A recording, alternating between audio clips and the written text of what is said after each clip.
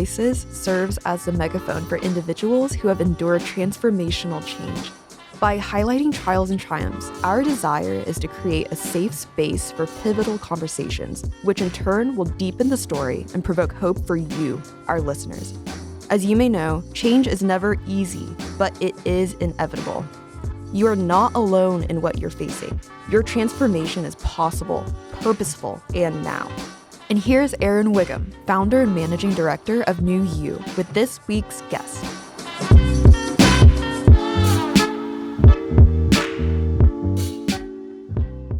Welcome to another edition of New Voices. I am your host, Aaron Wiggum, and also managing director of New You, which is a way for diverse talent to imagine, discover, and actualize a 2.0 version of yourself. Today on this podcast, we have a wonderful guest who comes to us by way of Colombia. She is an amazing leader in the Hispanic community here in Tulsa. She is the founder of UMA Tulsa, which is helping Hispanic founders start businesses and scale businesses. She's a strategist. She's a thought leader. She is a motivator. She is a professional speaker. She also has done work in higher education. She is a just purebred contributor. Every time I'm around in circles and around different circles and her name comes up, all I ever hear about is impact. We are so glad to be in partnership with her. You're about to spend some time with one of Tulsa's most wonderful and original individuals. I want you to welcome Marta Zapata. Welcome, Marta. Thank you, Aaron. Thank you for having me. I'm really excited to be sharing this time with you today. Yes. We're going to get right in. We're so glad to be in partnership, and we got connected about a month or 6 weeks or 6 or 7 weeks ago with Cynthia Hasso. Shout out to Cynthia at GKFF. She got us connected, and right away it was just like, yes, let's make it all happen, right? And so we're glad to be in partnership with UMA and the work that you're doing. And then also, you came and supported us at our Q1 celebration, Tulsa's Brightest. And so this is going to be a wonderful time just engaging, right? So I want to go back a little bit, and I would love for you to walk us through your story. What is the Marta Zapata story?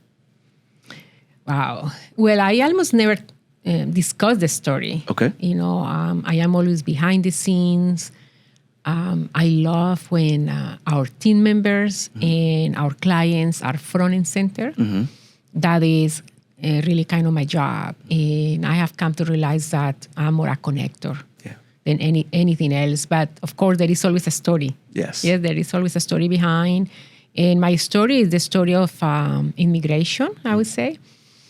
I was born in Colombia. I grew up in there, and I attended college there in Colombia. So I came to the States a little bit later than many other people. Mm-hmm. I was, some people come here as children, youth, and I came here really in my late 20s. Mm-hmm. I already had a degree in psychology from Colombia. I was practicing there as an organizational psychologist. And I had a consulting company as well under my own name, Marta Isabel Zapata Consulting, organizational consulting. And I did recruitment, selection, and training for national and international corporations. Mm-hmm. So I was there in Colombia before I came here, but I had all these kind of experiences behind me already. Mm-hmm.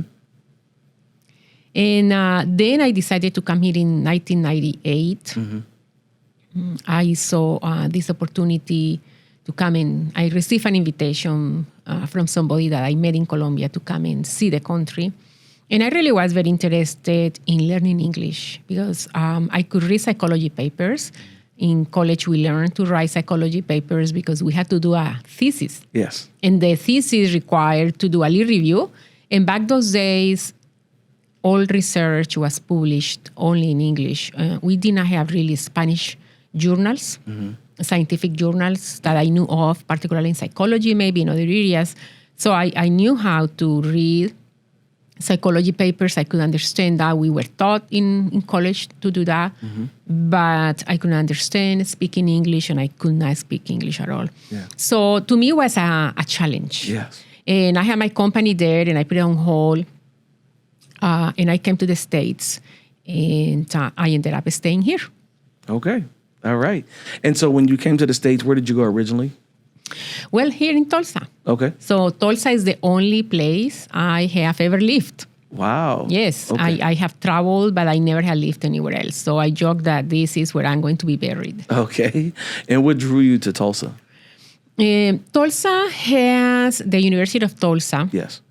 And I had a boss at the time. I was doing consulting, but I also had a company that hired me as I would say a contractor or a part-time employee because they really wanted for me to be in their offices, like 3 hours a day or something like that.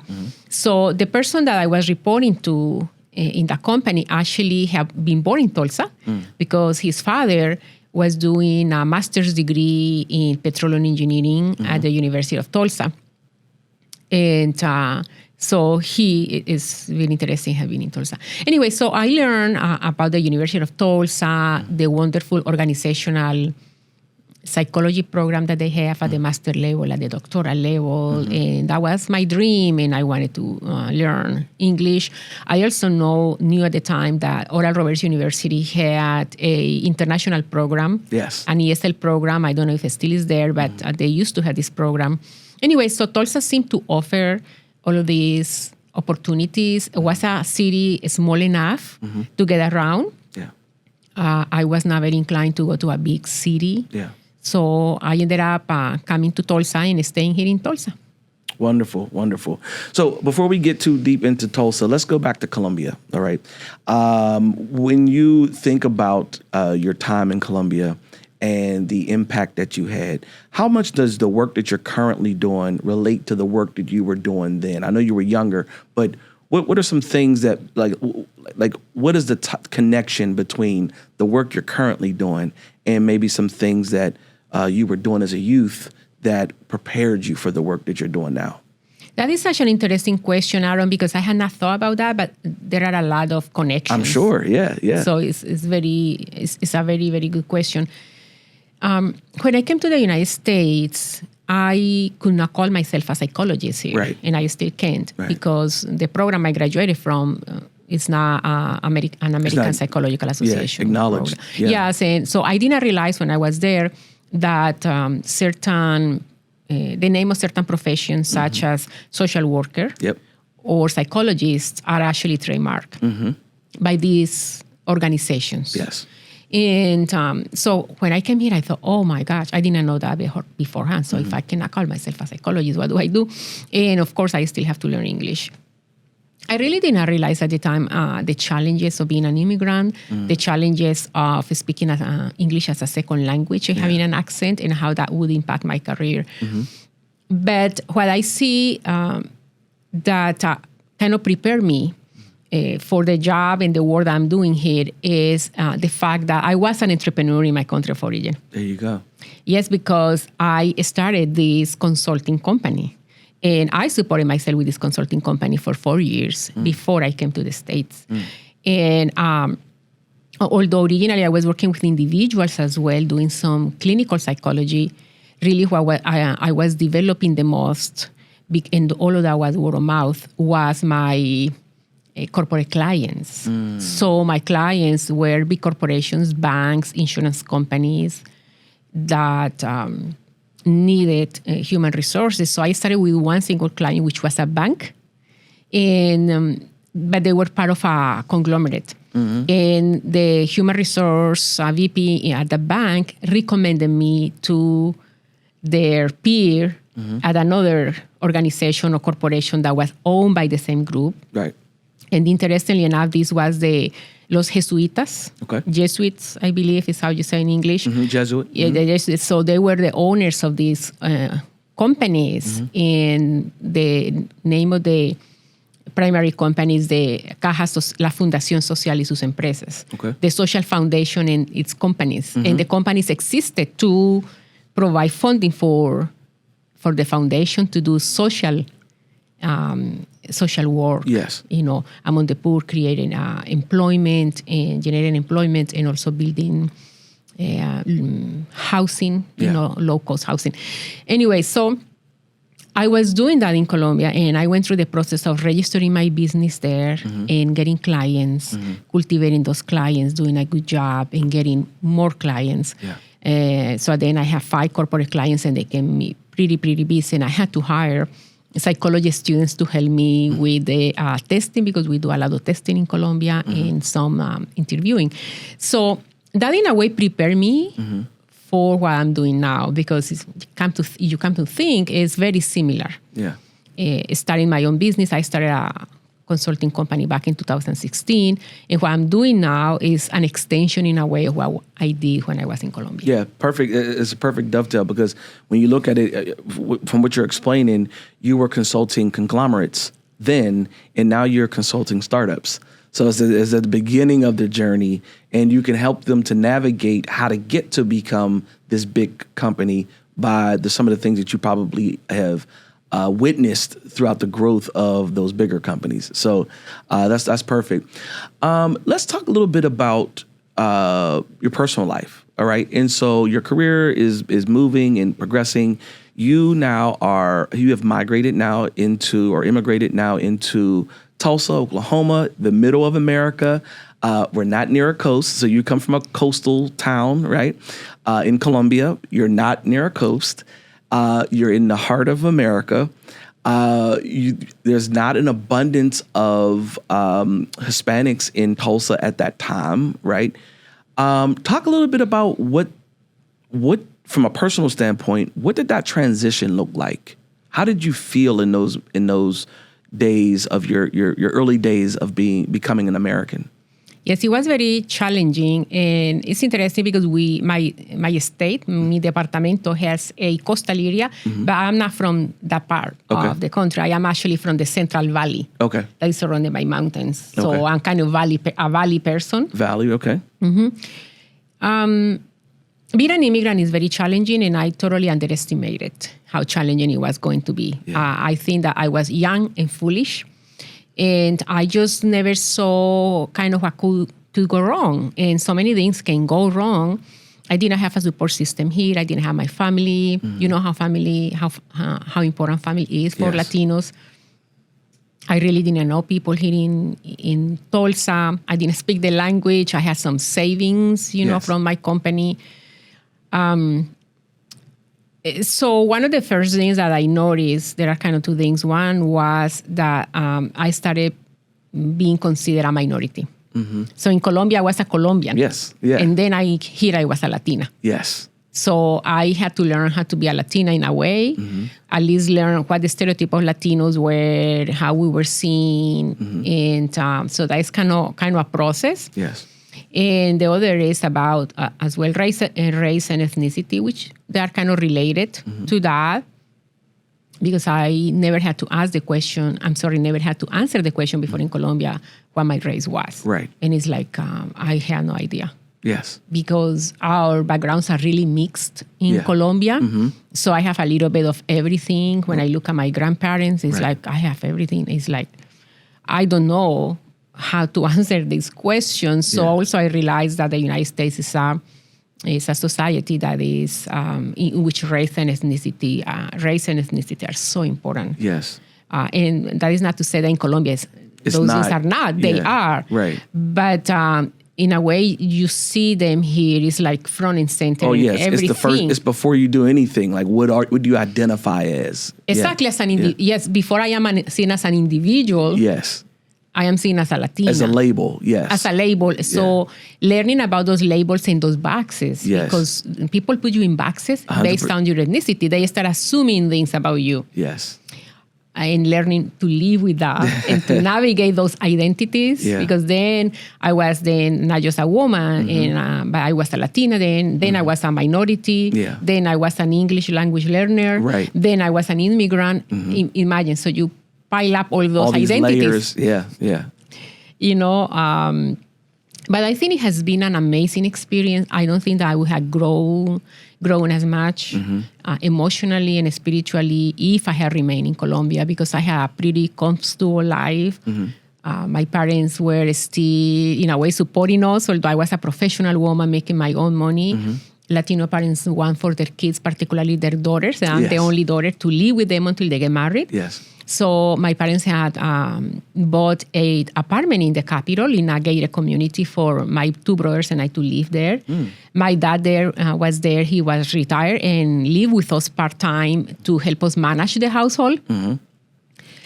So in many ways, it was a privileged life, yes? And then coming here, you lose all of that. Everything, yes. You know, I had the best health insurance that money could buy. Then I came here and I had no health insurance.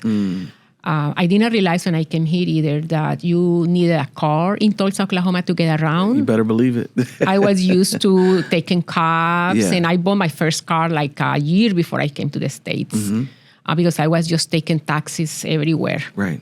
And walking, we walk a lot in there. So there were so many changes that I was in this situation of a disadvantage. I became a disadvantaged person. Yes. And my parents were teachers in Colombia, so it's not that we were wealthy people, but we were always middle class. Although you look at our household, we always had just the bare necessities. My parents never believed in lujos, you know, in buying luxurious stuff or anything like that. They were always saving for a college education. So navigating those identities was one of the biggest challenges that I had in the overcoming barriers and, in a way, proving to people that I could be a professional, that I could do the job that they will assign to me, convincing people to give me an opportunity to demonstrate that I had talent. Yeah. It just became that struggle, you know, where you have all those things kind of going against you. So how did you go about navigating those waters, right? You're young. You are unfamiliar with this place. You are trying to find your way. Your career is moving forward. But how did you go about finding the lily pads to land on, to be able to find your way, and more importantly than find your way, but to carve out your own way? Because from what I'm hearing from you is that you didn't follow a path that was already laid. You kind of carved out your own path. You trailblazed, right? And so what gave you the gumption to do that? And then how did you go about that? Yes, that is interesting, because the reason I mentioned before that I was a psychologist in Colombia and I could not call myself a psychologist here is that when you make those type of moves into a new country, oftentimes your education doesn't really count. Yes. Yes, your degrees do not translate here. Right. And that meant at the time that I could not follow that path. I could not be here where I was or I have been in Colombia. Yes. And I think that the ability to pivot, the ability to reinvent yourself is essential, and in a way to create a new you. Yes. So that is why I identify so much with what you do. I love the way you followed that path right into there. That's great. Because it's essential. You have to create a new you, and I believe that you have to do that more than once in life. Oh, definitely. And if you don't, you are not going to succeed. Yeah. The other thing is I believe that you cannot let people define who you are. Wonderful. Based on those labels or based on what they see, the exterior. Yeah. You cannot let that. Yeah. So I think that my advantage was, number one, in a way, not growing in the United States meant that I never would learn English as well as a native. Yes. And I consider that a big disadvantage. But the advantage that I had by not growing up in the States is that I grew up with a sense of who I was. There you go. You knew who you were, right? I knew who I was. Yeah. So when I came to the States and people would look at me and talk to me and treated me like I was illiterate, Right. I was like, well, sorry you think that, but I know who I am. Right. And I know what I'm capable of. Yes. Even if you don't trust me and you don't believe that I can do this. So that sense, I consider that very important. I think that is something that families can give children. And in my case, the other advantage I had was my father. So my dad, I am the only girl, but my dad raised me in a way that led me to believe, and I think that in a way he misled me, that I could be anything I wanted, and that being a girl never was a disadvantage. That's it. So my dad treated me intellectually as an equal, and we had this very interesting conversation since I was very young, and he never treated me, intellectually speaking, different than he treated my brothers. Right. So he never made that distinction between being a girl and being a boy. It's like he expected, my parents both expected the same from me, intellectually speaking, achievement-wise, academically, that they expected from my brothers. Yeah. Or even more. My mom said it's more important for you to go to college than it's for your brothers, because your brothers will get a job. Yeah, they'll find their way. Yeah. Either if they don't have a college degree, but for a woman, it's even more important to have a college degree if you ever want to have a decent job. Yeah. So you must go to college even if your brothers don't. And so I think that that coming from my father made a big difference in my life. Yeah. Because I grew up with that belief. Yeah. And then when I was a young woman, I realized, oh my gosh, particularly in the States, I realized that there are many disadvantages to being a woman. I never felt that way in Colombia, but I felt oftentimes that here in the States. And I, knowing, what my father had taught me, helped me kind of to hold my own. It's like, no, I'm as capable as anyone else. Yeah. So I think that those internal resources are really important. That is why families are so important. Yeah. That is why parenting is so important. And the environment in which children grow up is essential, because that creates a foundation for later in life. So when I went through very challenging, difficult times, as an immigrant, and also at some point being a really challenging relationship, personal relationship, in those moments, I know who I am. Yeah. I know where I come from. Yes. I grew up in a good family, not a perfect family by any means, because my parents even ended up divorcing. But I had parenting that was good enough, so to speak. Yeah. Meaning, parents that were there for us. And to me, that was very valuable when I was here on my own. You hit on so many wonderful things there. One of the things I just want to highlight is there's a saying that goes, two sayings I'll mention. One goes, the saying goes that mothers tell you how to be. They teach you how to be, and fathers tell you who you are, right? And the balance of both is to make a whole well-rounded individual, right? And so if you think about it, and I don't say I ascribe or do not ascribe to this thought, but that mothers they're teaching you the manners and what to pace yourself and all that sort of thing. Whereas a father is going to speak affirmatively into your life to say, no, this is who you are. Don't let that be negotiable, right? And so when you saying that your father was able to impart into you in that way, it just really hit so many points that I wanted to make. And so as you're navigating this new space, people are questioning who you are, how you are, what you're capable of, but you don't have a question about any of that because you've already been affirmed. And even if you did have moments of doubt, you could always draw back on the affirmation to say, no, I know I can do this. It doesn't matter if you think I can or can't. I know I can. I think what's even more powerful, though, is now you are in the driver's seat telling other people that they can. You're playing that voice of affirmation to a whole community of Latinos who you're able to say, no, I believe that you can. And if you believe and I believe, I know it can happen, right? And so how powerful is that for you to relay the spirit of your father's words and affirmation into a whole new community of individuals who almost believe in themselves because you believe in them, right? That's a very powerful position to be in. Exactly. And that's what I want to convey to entrepreneurs, and I don't always say, oh, well, if I made it, you also will make it. Right. You will make it. Because sometimes there are differences. Like, for example, Aaron, I have to acknowledge that I have privileges. Yeah. Okay.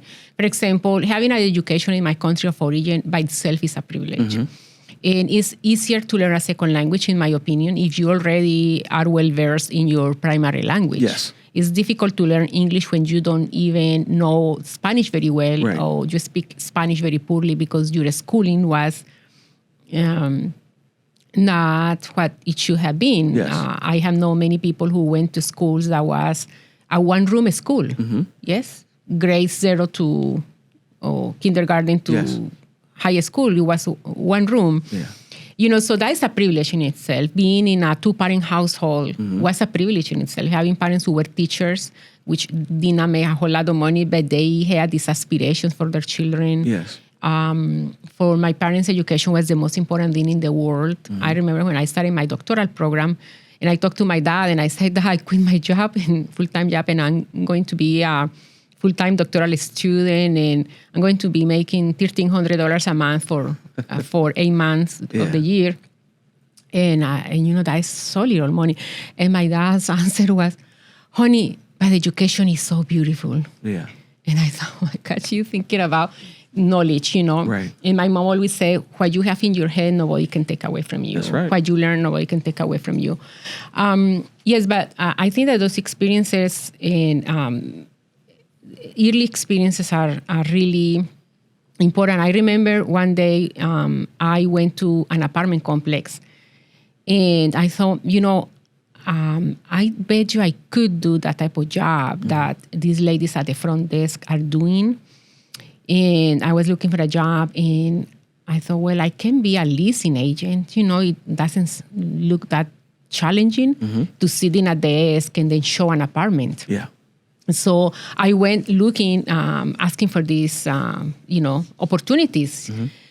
And when I talked to the front desk people, I said, you know, I asked, I don't remember the exact words that I used, but were along the lines of, hey, I'm looking for job opportunities. Would you have any openings? And she said, well, no, our cleaning crew is complete. We don't have any cleaning jobs. Just assumed that's what you wanted. And I was like, shocked. It's like, oh, she thought I was applying for the cleaning job. Right. And there is nothing wrong with a cleaning job, because any job, in my opinion, is an honorable job. Yeah. But that is not what I had in mind. Right. Yes. But I realized, oh, she probably is perceiving me that way because of my language skills. Yes. But then, you know, I thought, okay, well, that is the way she perceives me, but that is not the way I see myself. I know that I'm capable of other things. Yes. And then at some point in my life, as an immigrant also, I was quite poor at some point. I have been able to rent an apartment, found a job, and rent an apartment, but I didn't have any furniture in this apartment whatsoever. And so I remember one of my boss, and I didn't have a car. So my boss was this wonderful lady. She brought me to the apartment one day because she realized I was walking from my apartment to my workplace and back. And I was walking around 9 p.m. because I was working all the extra time that they will give me. This was a call center. And she came into my apartment when she brought me home, and she stood at the door and she saw that this apartment was empty. I had a blanket.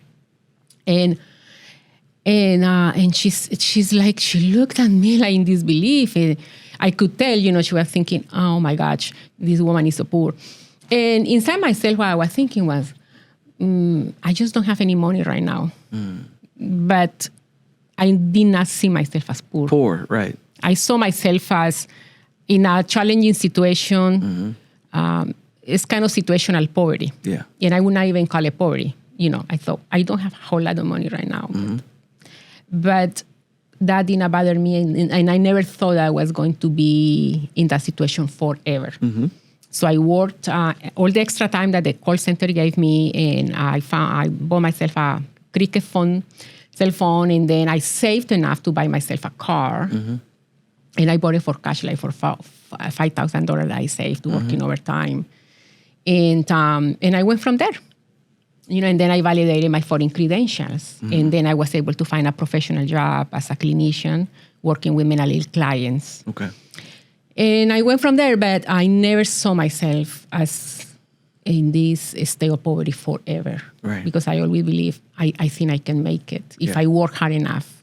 You know, so yeah, it's very interesting, you know, all of these challenges. I think that are not unique to me. Yeah. And sometimes I tell these stories not often, but when I share this, it's always to tell people, you know, we all go through difficult times, but the situation is, I mean, it doesn't mean that those situations last forever. Right. Or that they have to define you. Or they define you. Exactly. Yeah. No, you go through the situations, but you are not your situations. Right. You are not your condition. Yes. You are who you believe you are. Correct. Yep. As I said in the beginning, New Voices is a platform that serves as a megaphone for individuals who have endured transformational and pivotal experiences. All right. And so I want you to walk us through a time in your life, it could be personal or professional, where you didn't know if you were going to make it through that time period. You didn't know how you were going to make it through there. How did you feel in that moment? And then how did you overcome and persevere to where you are today? I think that probably one of the most challenging situations, I have several, but is the one that I touch upon, in which I found myself with nothing. I don't have the savings that I have brought from Colombia anymore. And I had to find a job, and I was not speaking English fluently at the time. So what I did is I do this, I guess, for everything. I research things. And I started looking around for a job that I could do. It's like, what job can I do? And I didn't have a car. So I realized that I had to find the job first and then find housing that was close enough that I could walk to my workplace. And at the time, my mom loaned me some money. And this is also a privilege because many times, many people don't have a parent, so I don't take this for granted. So she loaned me some money and I was able to rent the apartment. Yeah. How long of a period of time are we talking about here? That lasted for about 6 months to a year. Okay. Until I overcame that. So. And how new were you to the country at that point? I was about 2 years. Okay. 2 years. So you're still relatively new. I was, yes. And new to the city as well. New to the city, new yes. Culture. Okay. New culture. Yes. And I did not have, and I have been in a relationship with somebody that did not want for me to have friends, did not want for me to... Controlling. To learn English. And that's why I didn't have a support system. And that's why I never went to school to learn English. I learned English on my own with a dictionary. I never went because I couldn't. Right. And so when I found myself outside of this relationship, I was totally on my own and with no money whatsoever. Wow. And so my mom loaned me some money, but it was not enough. Was not enough to do everything I needed. Anyway, so I thought, well, I need to create a plan. So the plan was to find a job first, and I went into this call center, and I was hoping that they will have part of the call center where they might have Spanish speakers working in there, because I thought, well, there has to be Spanish speakers who are clients of these big companies. Right. Was a call center for AT&T. And they did not. Everything was in English, but they hired me. And I always joke that they were so desperate that they hired me to do that. Anyway, so I found the apartment, and I walked about 3/4 of a mile every day each way. Yeah. And then I thought I'm going to be at this call center, but not forever. I'm going to be here probably 6 months, and I'm going to validate my foreign credentials. So I spent some money from my mom on sending my educational credentials for evaluation. And then eventually, like 3 or 4 months later, I got a letter stating that they were equivalent to a bachelor's degree. Then with that, I went to Catholic Charities. They had kind of binder really at the time with job openings and then resumes. And I left my resume there. And eventually they called me.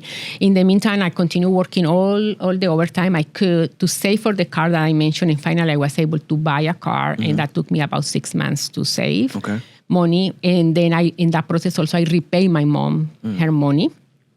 And then some wonderful friends that I met furnished my apartment. One day, on Saturday, somebody knocked on my door. And these were a family that I befriended, and they brought me furniture, and I was amazed. They furnished my little apartment on one Saturday, and I was just shocked because I never told them. One of the family members had visited me and had seen that I didn't have anything in my apartment, and they told the other ones, and then the aunts, the uncles, they all gathered what they have in their garages, and they brought it to me. Wow. Anyway, so eventually, a company called me, Grand Lake Mental Health, to work as a clinician because they, I think, through Catholic Charities, they had identified a so-called bilingual person. I was not truly bilingual at the time. But in the call center, the other thing that happened is I was promoted, which was very interesting.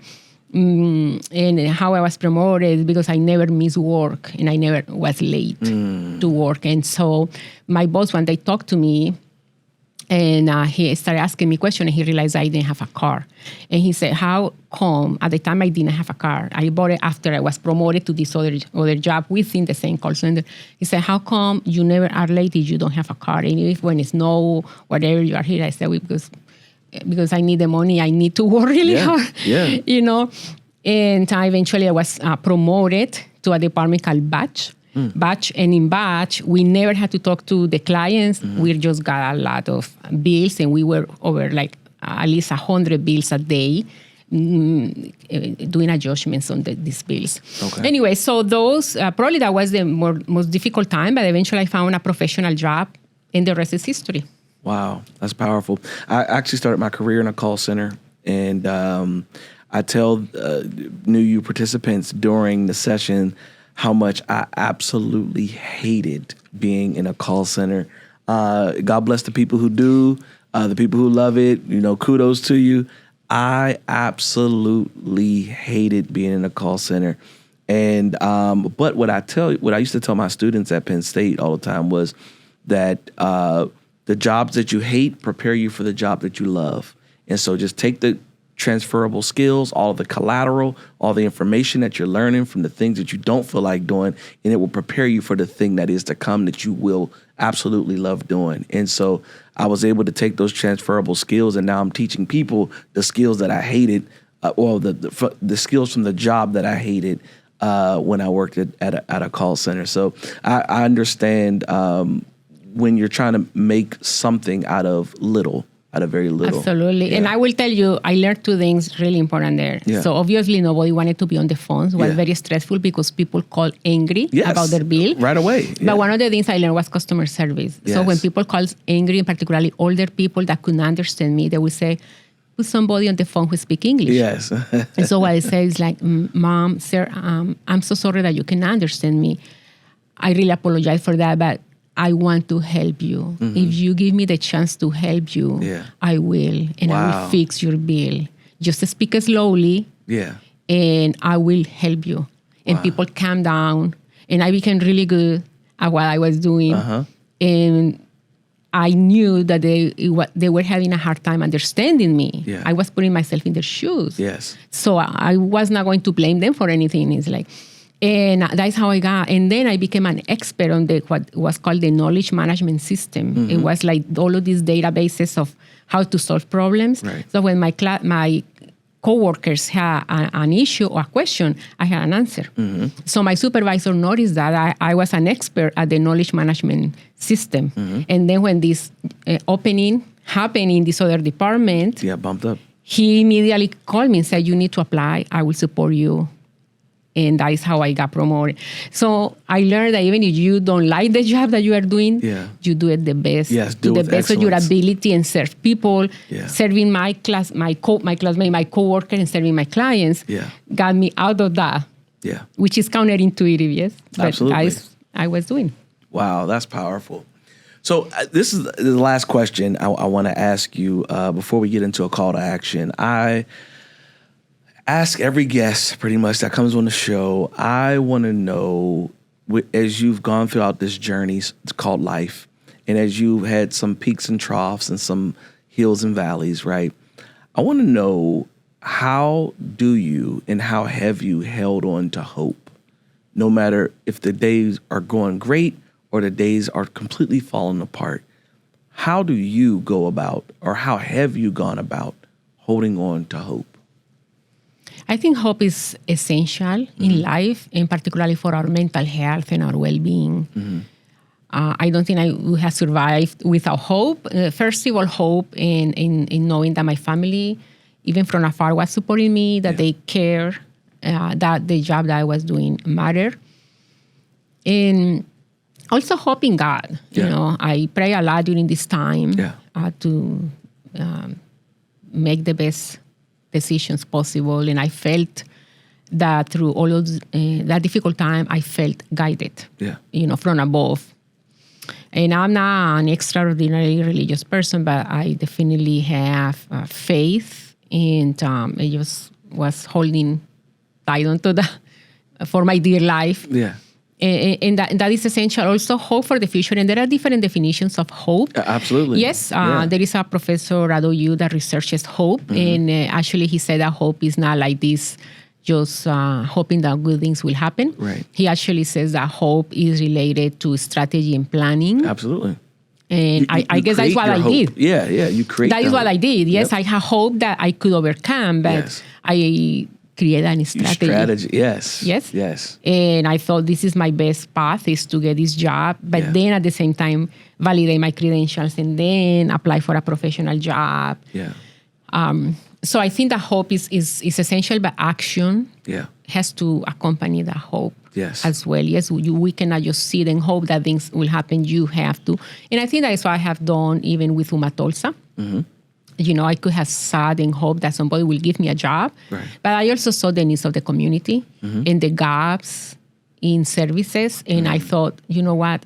I had the ability to do something about this. And I started doing that.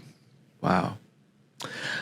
So how can they best contact you? How can they reach you on Instagram, Facebook, LinkedIn? And then what are some final words you would like to leave with our listeners? Maybe words to live by, or, you know, a word of encouragement. I'll leave that up to you. Well, people can follow us on social media. Okay. So we have accounts on Facebook, Instagram, and LinkedIn, and they are UMA, U as in umbrella. As an umbrella, UMA, Tulsa, one single word, and is the same handle in all three accounts. We also have another account on social media that is for the Hispanic Small Business Association, and we publish more like business-like material in there, and that is Hispanic SBA, like Hispanic S as in Sam, A as in Apple, and B as in boy. Hispanic SBA, so you can follow there. And my call to action is, I believe, I was reading this the other day, which is very simple but caught my attention, and it has been attributed to different people. You know, I don't know really who used it, Edward Sir Bernard Shaw, anyway, Steve Jobs, I don't know, so many different people. I really don't know who said this, but it says something along the lines that people oftentimes wonder, when they see something that is not right, they wonder why.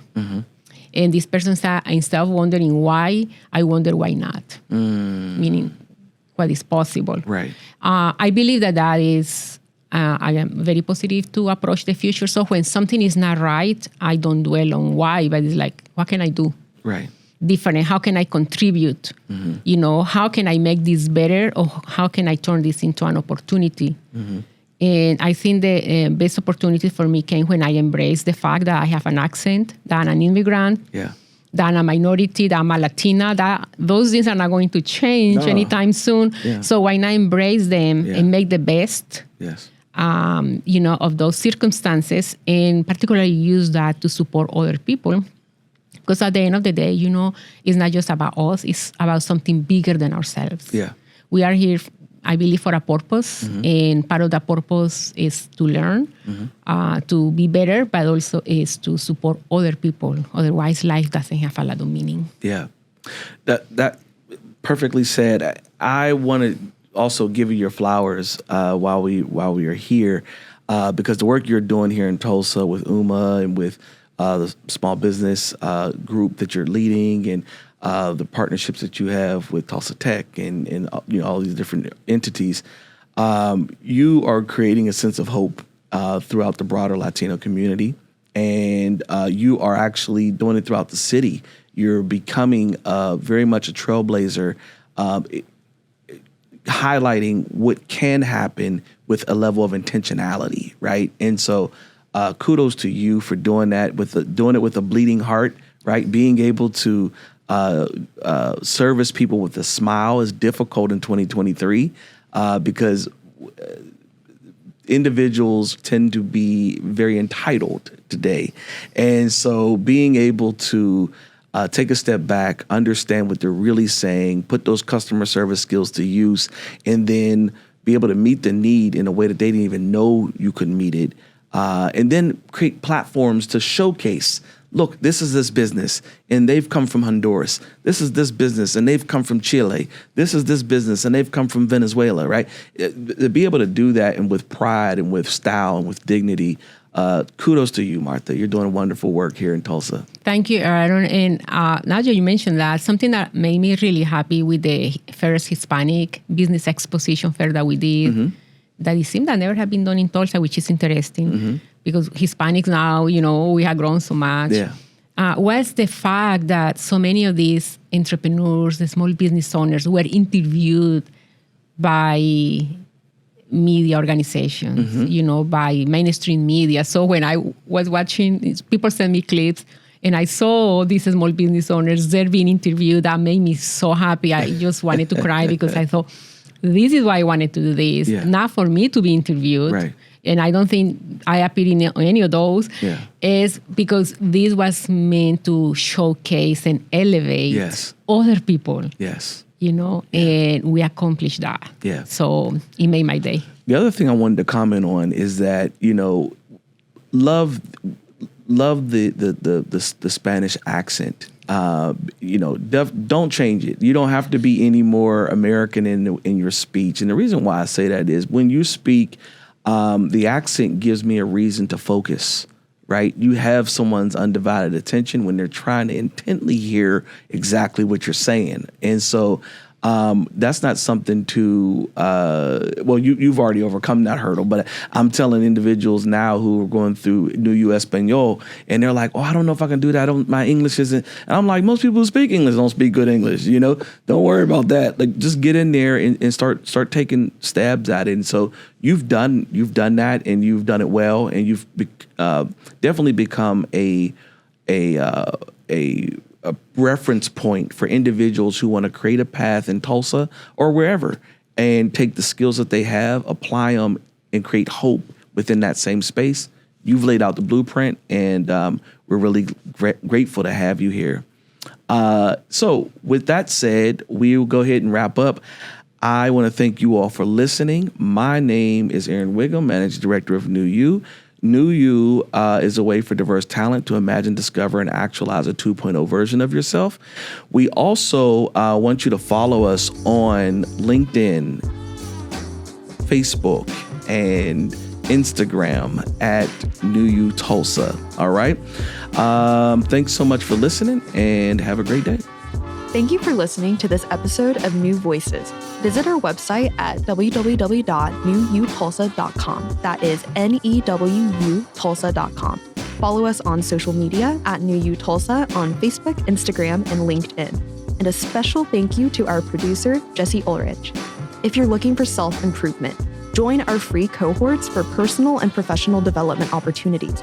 New U is a way for diverse talent to imagine, discover, and actualize a 2.0 version of yourself. Bring your future into focus.